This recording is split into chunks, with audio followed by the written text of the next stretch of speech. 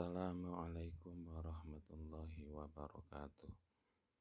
Alhamdulillah wassalatu wassalamu ala rasulillah la khawla wa la quwata illa billahil aliyil azim. Bapak Ibu PTK Majaratul Ulum Paciran, di sini saya akan menyampaikan tema tentang moderasi dalam hubungan antar umat beragama. Hidup berdampingan secara rukun dan damai antar umat beragama, antara pemeluk Islam dengan pemeluk agama lain, merupakan suatu kebutuhan mendasar dalam sebuah masyarakat yang majemuk atau plural.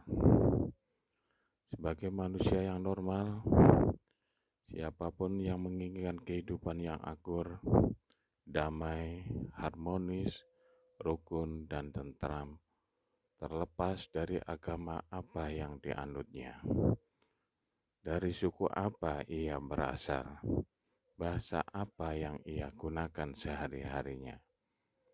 Karena sifatnya yang mendasar ini, jika kita baca Al-Quran maupun amati praktek hidup Rasulullah SAW, kita akan menemukan prinsip-prinsip dasar hidup berdampingan secara rukun dan damai antar umat beragama itu.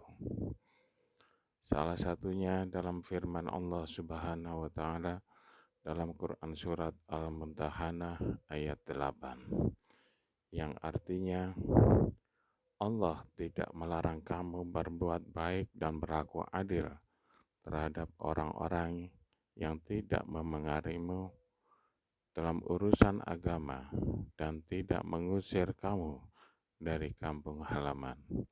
Sesungguhnya Allah mencintai orang-orang yang berlaku adil. Ketika Nabi Muhammad SAW dan umat Islam tiba di Madinah, penduduk kota itu sudah merupakan masyarakat yang majemuk, beragam, plural dari segi agama. Misalnya ada penganut Yahudi, ada penganut Nasrani, ada pemeluk agama Islam. Ada juga anggota masyarakat yang musyrik. Dari segi suku bangsa, ada suku Aus, suku Khazraj, Bani Quraisy, Bani Nadir, Bani Quraisyah. Dengan kedatangan umat Islam bersama Rasulullah SAW, komposisi penduduk Madinah menjadi semakin beragam. Ada yang dalam bahasa kita dikenal dengan istilah pribumi atau penduduk asli, yaitu kaum Ansor. Ada pula penduduk dari Muhajirin. Keberagaman itu tentu saja berpotensi menimbulkan kesalahpahaman, bahkan bisa jadi menimbulkan konflik yang justru menjauhkan masyarakat dari hidup yang rukun dan damai. Karena itulah Rasulullah SAW membangun pondasi dasar yang menjadi pegangan bersama bagi semua penduduk Madinah yang beraneka ragam itu. Pondasi dasar itu ada pada sebuah dokumen yang dalam sejarah kemudian dikenal dengan Piagam Madinah atau Perjanjian Madinah. Di dalam dokumen penting itu disebutkan penganut Yahudi memiliki kebebasan menjalankan agamanya, dan pemeluk Islam memiliki kebebasan menjalankan agamanya. Pada bagian lain, dokumen penting itu juga disebutkan di antara mereka, yakni sesama penduduk Madinah yang majemuk dan beragam itu, ada kewajiban saling membela melawan pihak yang memerangi mereka yang menandatangani perjanjian itu.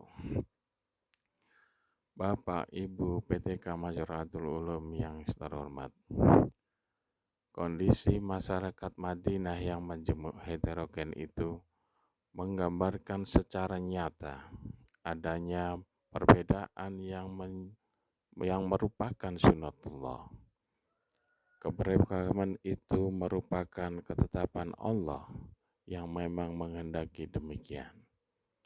Mari kita simak firman Allah Subhanahu wa taala dalam Quran surat Al-Hud ayat 118 sampai 119 yang artinya, seandainya Tuhanmu menghendaki, tentunya Dia akan menjadikan manusia umat yang satu. Namun mereka senantiasa berselisih dalam urusan agama, kecuali orang yang dirahmati oleh Tuhanmu menurut kehendaknya. Itulah Allah menciptakan mereka. Kalimat keputusan, Tuhanmu telah tetap. Aku pasti akan memenuhi neraka jahanam dengan pendurhaka dari kalangan jin dan manusia. Al-Ayah.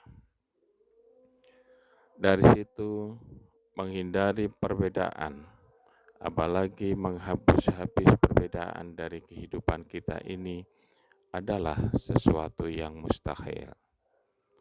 Usaha ke arah sana pasti akan sia-sia saja. Oleh karenanya, yang diperlukan adalah bagaimana kita menyikapi keberagaman dan heterogenitas itu. Di sisi lain, meskipun perbedaan tidak bisa dihindari, tetapi faktor-faktor pemicu perselisihan dan konflik karena perbedaan itu bisa kita antisipasi. Nah, perjanjian yang dilakukan oleh Rasulullah SAW antara pemeluk agama dan semua elemen penduduk Madinah tadi adalah salah satu cara mengantisipasi faktor-faktor yang dimaksud itu. Untuk menjamin terciptanya kehidupan yang rukun dan damai itu, Rasulullah SAW mengajarkan kita sejumlah nilai dan norma yang harus ditegakkan. Pertama, nilai keadilan. Di mata hukum, orang Muslim sama dengan pemeluk Yahudi dan Nasrani. Muslim yang terbukti bersalah secara hukum mendapat sanksi yang sama dengan Yahudi dan terbukti salah. Diriwayatkan oleh Abu Sa'id radhiyallahu anhu, ia berkata, suatu hari Rasulullah SAW sedang duduk, lalu datang seorang Yahudi menemui beliau. Orang Yahudi itu berkata, wahai Abul Qasim, muka saya dipukul oleh salah seorang dari sahabatmu. Rasulullah bertanya, siapa dia? Orang dari kalangan Ansor, katanya. Rasul menjawab, panggil dia ke sini. Ketika orang Ansor yang memukul orang Yahudi itu tiba di hadapan Rasulullah, Rasulullah bertanya untuk memastikan, benar kamu telah memukulnya? Dijawab, iya benar wahai Rasulullah. Aku mendengar dia bersumpah di pasar, demi Tuhan yang telah melebihkan Musa atas manusia. Lalu aku katakan kepadanya, kurang ajar, engkau menganggap Musa lebih baik dari Muhammad. Lalu muncul kemarahan pada diriku dan akhirnya aku pukul dia di wajahnya. Rasulullah SAW lalu mengatakan, jangan membanding-bandingkan antara para nabi. Hadis riwayat Imam Bukhari dan Muslim. Dari riwayat hadis ini dapat kita mengerti bahwa datangnya orang Yahudi mengadu kepada Rasulullah itu menunjukkan adanya kepercayaan kepada beliau, karena beliau pasti akan memutuskan perkara secara adil. Sikap Rasul memanggil orang Ansor untuk memberi sanksi juga membuktikan keadilan beliau yang tidak ingin menjatuhkan sanksi sebelum mendengar keterangan dari semua pihak yang bertikai. Itulah keadilan. Apa yang dilakukan oleh Rasulullah Shallallahu Alaihi Wasallam ini tidak lain merupakan penerapan dari perintah Allah di dalam Al-Quran surat An-Nisa ayat 58 yang artinya, sesungguhnya Allah menyuruh kamu menyampaikan amanah kepada pemiliknya. Apabila menetapkan hukum di antara manusia, hendaklah kamu tetaplah secara adil.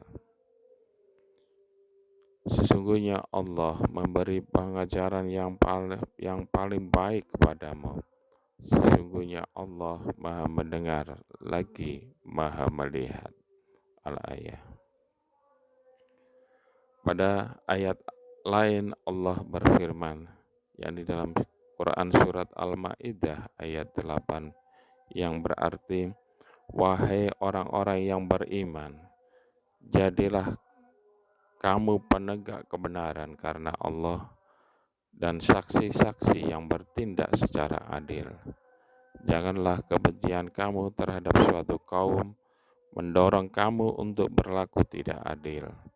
Berlakulah adil, karena adil itu lebih dekat kepada takwa.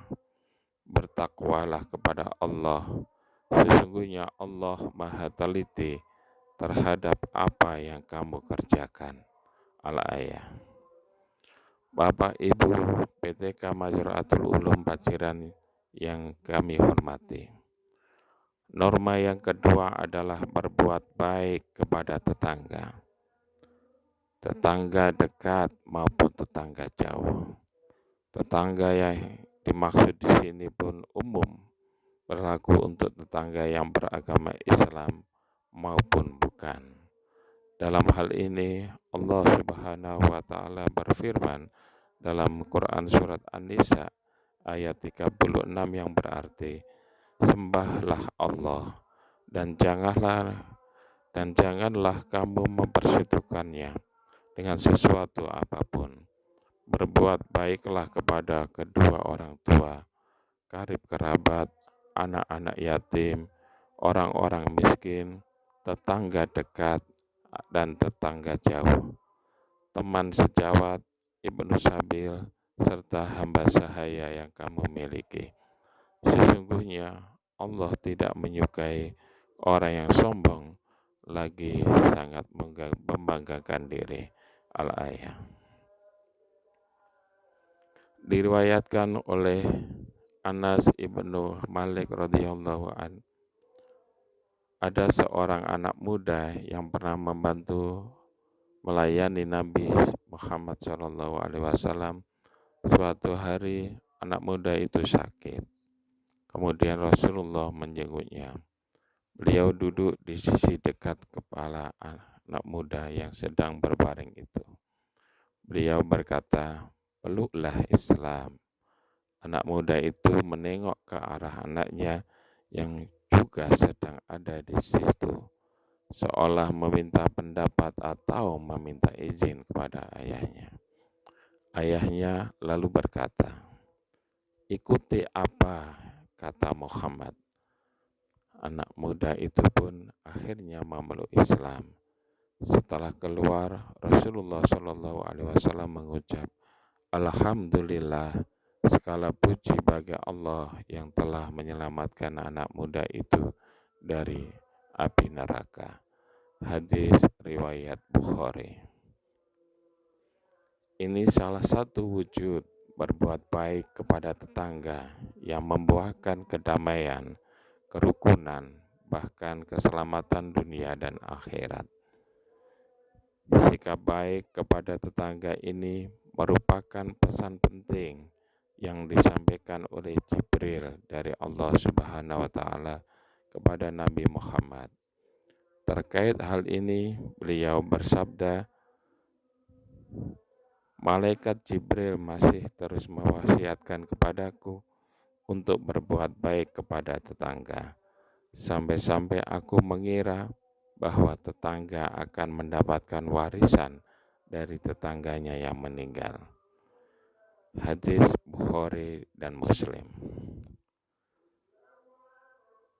Pada lain kesempatan Rasulullah Shallallahu Alaihi Wasallam berpesan kepada Abu Dar, "Wahai Abu Dar, kalau engkau memasak masakan berkuah, perbanyakkanlah kuahnya dan berbagilah kepada tetangga." Hadis riwayat Muslim. Norma yang ketiga yang menjadi dasar bagi nilai-nilai dan norma-norma yang lain adalah persaudaraan. Manusia adalah bersaudara satu sama lain. Islam memang datang membawa makna baru dalam hal persaudaraan. Jika dahulu sebelum Islam, masyarakat mengenal persaudaraan atas dasar hubungan darah, keturunan, kesukuan, dan kedaerahan, maka Islam mengenalkan jenis persaudaraan yang baru, yakni persaudaraan antar sesama pemeluk Islam. Sering kita kenal dengan sebutan ukhuwah Islamiyah dan persaudaraan antar sesama manusia, ukhuwah insaniyah. Ketika beliau melaksanakan ibadah haji, beliau menyampaikan pesan penting kepada seluruh umat manusia. Wahai manusia, sesungguhnya Tuhanmu adalah satu, dan sesungguhnya Bapakmu adalah satu. Tidak ada keutamaan bagi bangsa Arab atas bangsa lain, juga bagi bangsa kulit putih atau bangsa kulit hitam, kecuali karena ketakwaan. Sesungguhnya orang yang paling mulia di sisi Allah di antara kamu adalah orang yang paling bertakwa.